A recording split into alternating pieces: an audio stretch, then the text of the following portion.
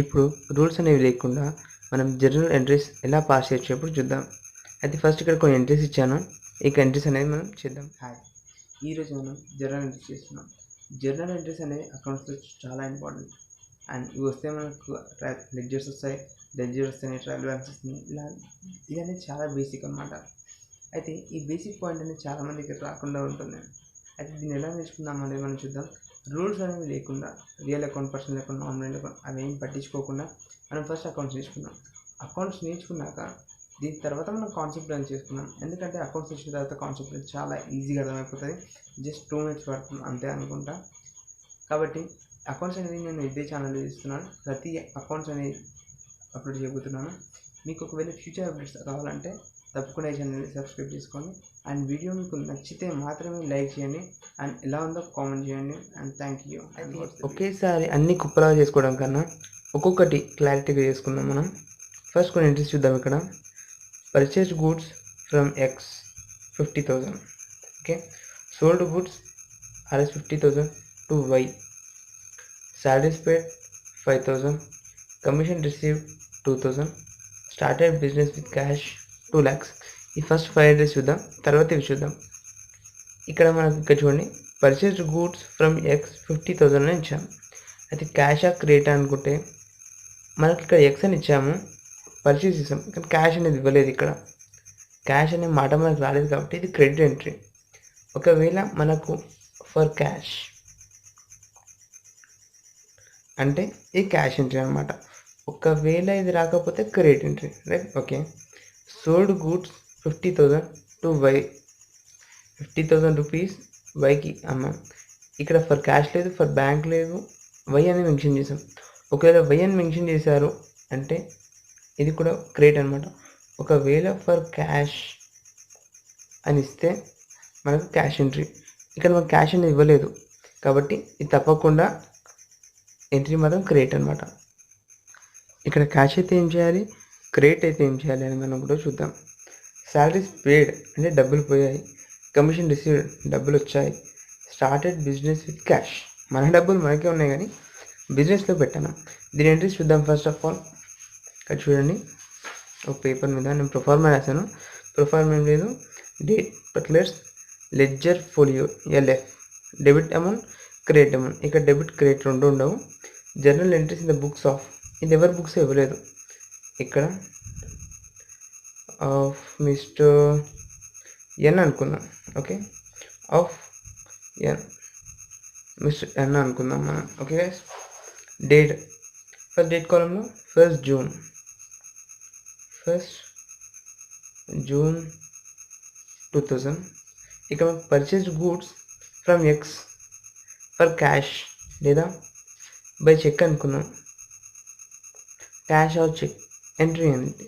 ఇక మనం ఫస్ట్ గుర్తుపెట్టుకోండి, పర్చేజ్ చేసినప్పుడు మన డబ్బులు మన దగ్గర ఉంటాయా లేకపోతే వెళ్ళిపోతాయా, రైట్? పర్చేజ్ చేసినప్పుడు డబ్బులు పోతాయి, మన దగ్గర నుంచి పోయేది కిందకి చేయండి. కింద మన దగ్గర ఏం పోతుంది, క్యాష్ పోతుంది. Cash account to cash account మీద మనకి ఏమొస్తుంది, పర్చేజ్ చేస్తున్నాం. ఇక్కడ మెషినరీ అని ఇచ్చాడు అనుకోండి, పర్చేజ్డ్ గూడ్స్ అని కాకుండా మెషినరీ ఇచ్చాడు అనుకోండి, మెషినరీ రాయండి. ఒకవేళ ఏమి ఇవ్వలేదు అని అనుకున్నప్పుడు purchase account data to cash account. Okay guys, మన దగ్గర నుంచి క్యాష్ వెళ్ళిపోయింది కాబట్టి కింద రాసాం, రైట్? క్యాష్ పోయింది కాబట్టి కింద. మీకు ఒకవేళ గుర్తు రాలేదనుకోండి, purchase, P for purchase, P for పైన, అంతే. పర్చేజ్ పైన రాయాలి. ఓకే. ఇక్కడ నరేషన్ మనం ఏమన్నా రాసుకోవచ్చు. ఫస్ట్ బీయింగ్ అని రాసి, బీయింగ్ ఇక్కడ ఏ ఎంట్రీ ఉంటే అక్కడ రాసేయండి. Purchased goods, being purchased goods from X for cash. ఇక్కడ క్యాష్. ఒకవేళ బ్యాంక్ అనేది ఉందనుకోండి, ఇంకో ఎంట్రీ రాసుకుందాం మనం. దాని ఉంది ఎంట్రీ అయిపోగానే ఇక్కడ లైన్ కొట్టడం మర్చిపోకండి. 50,000 ఇది 50,000. ఒకవేళ ఇదే బ్యాంక్ త్రూ చేశారనుకోండి, సేమ్ డేట్ వేసుకున్నాము. పర్చేస్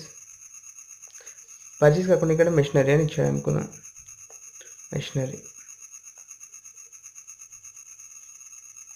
మెషినరీ అకౌంట్ డేటా, అది కూడా బై చెక్తో చేశారు. బై చెక్తో అన్నప్పుడు టు బ్యాంక్. చెక్ ఏంటి, బ్యాంక్ ఏంటి అంటే చెక్ మనం బ్యాంక్ అనేది రాస్తాం అనమాట. బ్యాంక్ అకౌంట్ అమౌంట్ ఎంత, సేమ్ 50,000 రాసుకున్నాం. అండ్ ఇక్కడ కూడా 50,000 రాసుకున్నాం, అయిపోతుంది. ఓకే గైస్, ఇక్కడ కింద ఏంటి, same being purchased machinery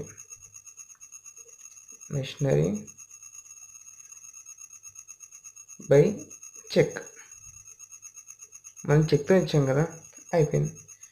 entry ఇంత క్లోజ్ అయిపోయింది అన్నమాట, ఇంతే. ఇక్కడ అమౌంట్ దగ్గర కొట్టకూడదు, లైన్ కొట్టకూడదు. నెక్స్ట్ ఎంట్రీ మనం చూద్దాం. ఇక్కడ sold goods 50,000 to buy for cash. Okay, sale చేసినప్పుడు మనకు డబ్బులు వస్తాయా పోతాయా? ఫస్ట్ పర్చేజెస్ పైన అన్నప్పుడు సేల్స్ అనేది కింద వస్తుంది అనమాట. పర్చేస్ పైన మనకు ఆల్రెడీ గుర్తుంది, P for purchase, P for పైన, పర్చేస్ పైన అన్నప్పుడు సేల్స్ అనేది కింద వస్తుంది, రైట్. సేల్స్ అకౌంట్ డేటా అయితే మనకి సేల్స్ అకౌంట్ అంతే. ఫస్ట్ ఆఫ్ ఆల్ మనకేమొచ్చింది, రైట్, క్యాష్ వచ్చిందా పోయిందా? క్యాష్ ఒకవేళ పోయింది అనుకోండి కింద రాసుకోండి, క్యాష్ మనకు వస్తే మీద రాసుకోండి, ఒక్కటే మాట. మనకు వస్తే మీద, పోతే కింద. Cash account data to sales account. Okay guys, amount ఎంత, ఇక్కడ కూడా సేమ్ 50,000 ఉంది. 50,000 being goods sold for cash. అయిపోయింది. ఒకవేళ ఇదే మనకు బ్యాంక్ అనుకోండి, సేమ్ ఉంటుంది. డేట్ ఎంత, 2 జూన్ రాసుకోండి, 2000 కిందనే అయిపోతుంది. సేమ్ ఇదే అనుకోండి, bank account data to sales account. ఒకవేళ ఇది క్రెడిట్ అయితే ఏంటి అని ఏంటి మనం తర్వాత చూద్దాము. సేమ్ ఇక్కడ being goods sold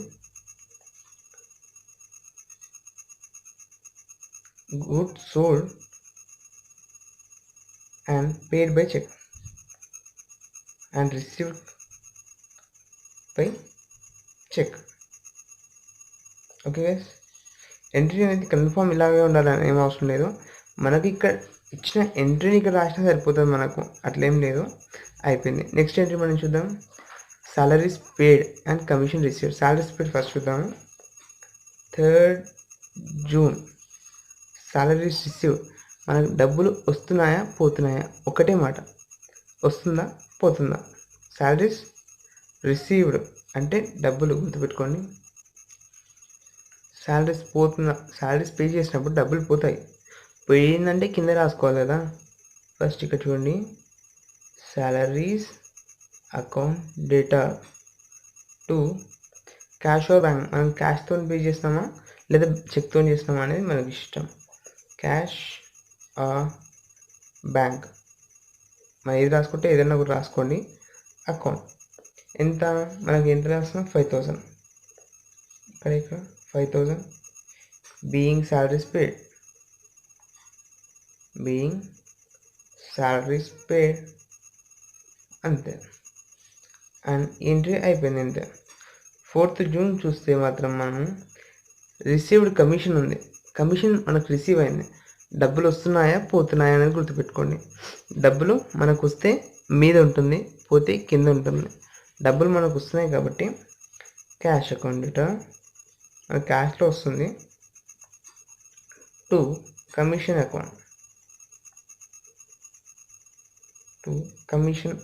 account being commission receive. ఇక్కడ మనకు రిసీవ్ అయిందా పే చేసాం అనేది ఇక్కడ ఎలా అంటే, క్యాష్ మీద ఉందంటే మనకు వస్తుంది, క్యాష్ కింద ఉందంటే మనం ఇస్తున్నాం అనమాట. అదొక్కటి మెయిన్ పాయింట్ ఇక్కడ, అంతే గుర్తుపెట్టుకోండి. ఇది ఎంట్రీని ఎందుకు రాశానంటే, శాలరీస్ అనేవి ఒకవేళ మీరు పర్సన్ అయినప్పుడు మీకు శాలరీస్ వస్తుండొచ్చు పోతుండొచ్చు, తర్వాత విషయం. కంపెనీ అన్నప్పుడు ఒకవేళ శాలరీస్ 5,000 అని ఇచ్చాడు, ఏదో కంపెనీ అకౌంట్స్ అనుకోండి, మిస్టర్ ఎన్ కంపెనీ, ఇక్కడ ఎన్ ఉంది కదా, ఎన్ కంపెనీ అని ఉందనుకోండి, ఇక్కడ శాలరీస్ ఉంది. శాలరీస్ ఇచ్చి 10,000 ఇచ్చాడు. అది పే చేశారా తీసుకున్నారా అని మీరు చూసినప్పుడు కంపెనీ ఉన్నప్పుడు కంపెనీ అనేది శాలరీస్ ఇస్తుంది అని తీసుకోదు, అది గుర్తుపెట్టుకోండి. అప్పుడు శాలరీస్ పే చేసినట్టు రాసుకోండి. అండ్ నెక్స్ట్ మనం ఇంట్రెస్ట్ చూద్దాం. ఇప్పుడు క్రెడిట్ ఇంట్రెస్ట్ అయితే ఇప్పుడు ఎలా రాసుకోవాలో చూద్దాం. Purchase goods from Z 5,000. ఇక్కడ చూడండి జెడ్ అని ఇచ్చాడు కానీ మనకు ఫర్ క్యాష్ అని ఇవ్వలేదు. ఇక్కడ చూడండి ఫర్ క్యాష్ ఆర్ బ్యాంక్ అని ఇవ్వలేదు, అంటే జెడ్ అని చెప్పాడు కానీ క్రెడిట్ అనమాట. ఇది క్రెడిట్ ఎలా రాసుకోవాలి అని మనం చూద్దాము. పర్చేజ్ గూడ్స్, పర్చేజ్ చేసినప్పుడు డబ్బులు అనేవి పోతాయి, మనకి పోయేటప్పుడు కింద క్యాష్ రాసుకోవాలి, మిగిలిన దగ్గర ఉన్నది రాసుకోవాలి. అంటే 6th రోజు జూన్ మనం పర్చేజ్ పైన రాసుకుంటాం, purchase account data. Okay, purchase చేసినప్పుడు మనం క్యాష్ ఇవ్వాల్సి వస్తుంది, క్యాష్. కానీ ఇక్కడ మనం క్యాష్ ఇవ్వలేదు. క్యాష్ ఇవ్వనప్పుడు అక్కడ ఉన్న పర్సన్ నేమ్ రాసుకోవాలన్నమాట. మనం క్యాష్ అనేది ఎవరికి ఇవ్వాలో వాళ్ళ పేరు రాసుకోవాలి. ఓకే, టు జెడ్ అకౌంట్ ఎంత 5,000 రూపీస్ అనేది మనం పే చేయాలి. 5,000 rupees and being purchased goods from Z on credit. Okay, entry అర్థమైంది అనుకుంటాను. మనం పర్చేజ్ చేసినప్పుడు పర్చేజ్ అని పైన రాస్తాం, అది నెంబర్ 1. అండ్ కింద జెడ్ ఎందుకు రాస్తాము అంటే మనం క్యాష్ ఇవ్వలేదు అండ్ క్రెడిట్ తీసుకున్నాం కాబట్టి క్రెడిట్ అనేది ఎవరికి ఇవ్వాలి మన డబ్బులు అన్న వాళ్ళ పేరు కింద రాసుకోవాలి. కింద సేమ్ ఇక్కడ ఉన్నది మనం ఎంట్రీ రాస్తే సరిపోతుంది. సేమ్ ఇక్కడ నుంచి ఇంతే కొట్టేసాలి. నెక్స్ట్ ఇక్కడ చూద్దాము. Purchase returns to Z 2,000 goods. Okay, ఇక్కడ పర్చేజ్ చేసాము, దాన్ని రిటర్న్ ఇస్తున్నాము. రిటర్న్ ఇచ్చినప్పుడు ఎంట్రీ అంటే 7th జూన్ రోజు మనం రిటర్న్ ఇచ్చాము. ఏమి ఇచ్చాము అయితే ఇక్కడ చూడండి, మన దగ్గర నుంచి గూడ్స్ వెళ్తున్నాయి, మన దగ్గర నుంచి వెళ్ళేది కింద రాసుకుంటాం, రైట్. ఎక్కడికి వెళ్తున్నాయి అనేది మీరు రాసుకుంటాం, టు జెడ్ రాసుకుంటాం. జెడ్ అకౌంట్ డేటా ఏం చేస్తున్నాం, మన దగ్గర నుంచి ఏం వెళ్తున్నాయి, గూడ్స్ వెళ్తున్నాయి. అవి ఇలా పర్చేజ్ రిటర్న్స్ వెళ్తున్నాయి అనమాట. మనం పర్చేజ్ చేసినవి రిటర్న్ ఇస్తున్నాము. పర్చేజ్ రిటర్న్స్ ఎంత ఇస్తున్నాం, మనం 5,000 కొన్నాం కానీ మనం 2,000 రూపీస్ వాల్యూ మాత్రమే రిటర్న్ చేస్తున్నాం అనమాట. And 2,000. Okay, being goods return to Z. Okay, అంతే. ఇప్పుడు మనం నెక్స్ట్ ఏంటి చూద్దాము. Cash paid 2,900 to Z in full settlement. Okay, ఇక్కడ 2,900 జెడ్కి పే చేసాము ఇన్ ఫుల్ సెటిల్మెంట్లో. ఇక్కడ ఎందుకు పే చేసాము, 5,000 తీసుకున్నాము, 2,000 ఇచ్చేసాము, అయినా ఇక్కడ 2,900 ఉంది కదా, సంబంధం లేదు. ఎలా అన్నప్పుడు ఇక్కడ చూద్దాం. మనం ఆల్రెడీ 5,000 గూడ్స్ కొని 2,000 రిటర్న్ ఇచ్చేసాం, అంటే 3,000 రూపీస్ మనం ఇవ్వాలి. ఇక్కడ ఏం చేశాడు, ఫుల్ సెటిల్మెంట్ అని చెప్పాడు. అంటే ఫుల్ సెటిల్మెంట్ 3,000 రూపీస్కి అతను ఏమన్నా నేను 2,900 రూపీస్ ఇస్తా అంటుండు, అంటే 100 రూపీస్ డిస్కౌంట్ అనమాట. డిస్కౌంట్ ఇచ్చేస్తున్నాడు. ఓకే, ఇక్కడ చూడండి. అండ్ 8th రోజు జూన్ రోజు ఏం జరిగింది అని మనం చూసుకున్నట్టయితే క్యాష్ పేడ్, మన దగ్గర నుంచి క్యాష్ వెళ్ళిపోతుంది, రైట్. ఎక్కడికి వెళ్తుంది, జెడ్ వెళ్తుంది, రైట్. జెడ్ అకౌంట్కి మన క్యాష్ అనేది వెళ్తుంది. జెడ్ అకౌంట్ డేటా మనం ఏమి ఇస్తున్నాము, క్యాష్ ఇస్తున్నామా, చెక్ ఇస్తున్నామా, క్యాష్ ఇస్తున్నాం, రైట్. మనం క్యాష్ ఇస్తున్నాం కాబట్టి క్యాష్ అకౌంట్ డేటా. ఓకే, మనం ఎంత ఇవ్వాలి, 3,000 రూపీస్ ఇవ్వాలి అతనికి. మనం ఎంత ఇస్తున్నాము, 2,900 రూపీస్ ఇస్తున్నాం. మనం ఇంకెంత ఇవ్వాలి, 100 రూపీస్ ఇవ్వాలి కదా. అది ఎక్కడ రాసుకుంటాం, మనం ఎప్పుడైనా ఒక ఎంట్రీ బ్యాలెన్స్లో ఉండాలి. 3,000 ఇక్కడ ఉంది కాబట్టి ఇక్కడ 2,900 ఉంది కాబట్టి ఇక్కడ 100 రాసుకోండి. ఆ 100 రూపీస్ ఏంటి, మనకు డిస్కౌంట్ వచ్చిందన్నమాట. To discount account. Okay, to discount account 100 అనమాట. డాషెస్ పెట్టుకోండి. Being cash pay in full settlement in full settlement to Z అయిపోయింది, ఎంట్రీ అయిపోయింది. ఫస్ట్ ఇక్కడ మనం ఏం చేసామంటే పర్చేస్ చేసాము, దాన్ని రిటర్న్ ఇచ్చాము, మిగిలిన డబ్బుల్లో డిస్కౌంట్ ఇచ్చాను. ఈ ఎంట్రీస్ ఎందుకు చెప్పానంటే మీకు దీనికన్నా ఎక్కువ ఎంట్రీస్ అనేది రాదు పర్చేస్ మీద నాకు తెలిసి, అందుకే 3 ఎంట్రీస్ నేను చెప్పాను. పర్చేస్ మీద అయిపోయింది. First of all cash entries అయిపోయింది, తర్వాత పర్చేస్ అయిపోయింది. ఇప్పుడు నెక్స్ట్ సేల్స్ మీద చూద్దాం. సేల్స్ ఎంట్రీస్ ఎలా ఉన్నాయి. Okay, first of all 9th రోజు 9th జూన్ అనుకున్నాం మనము. Sales sold goods to M 2000 rupees. Okay, sale చేసినప్పుడు మనకు డబ్బులు వస్తాయా పోతాయా? డబ్బులు వస్తాయి, కాబట్టి క్యాష్ మనకు వస్తుంది. Cash account data to sales account. మనం ఆల్రెడీ ఇప్పుడే అనుకున్నాం పర్చేజెస్ పైన రాసుకున్నప్పుడు సేల్స్ అనేది కింద P for purchase, P for పైన, పర్చేజెస్ పైన అంటే మిగిలిన సేల్స్ కిందే కదా, రైట్. సేల్స్ అకౌంట్ ఎంత 2000 అమౌంట్, అండ్ ఇక్కడ కూడా 2000 రూపీస్ అయిపోతుంది.